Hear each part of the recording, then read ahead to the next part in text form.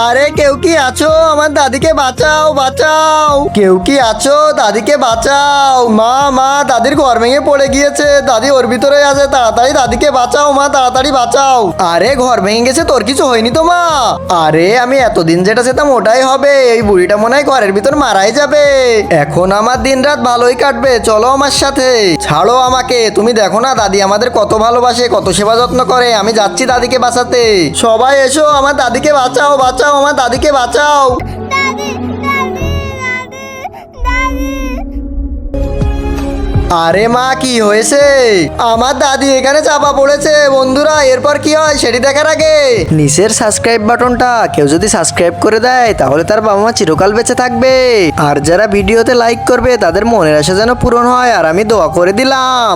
আরে দাদি, কোথায় তুমি?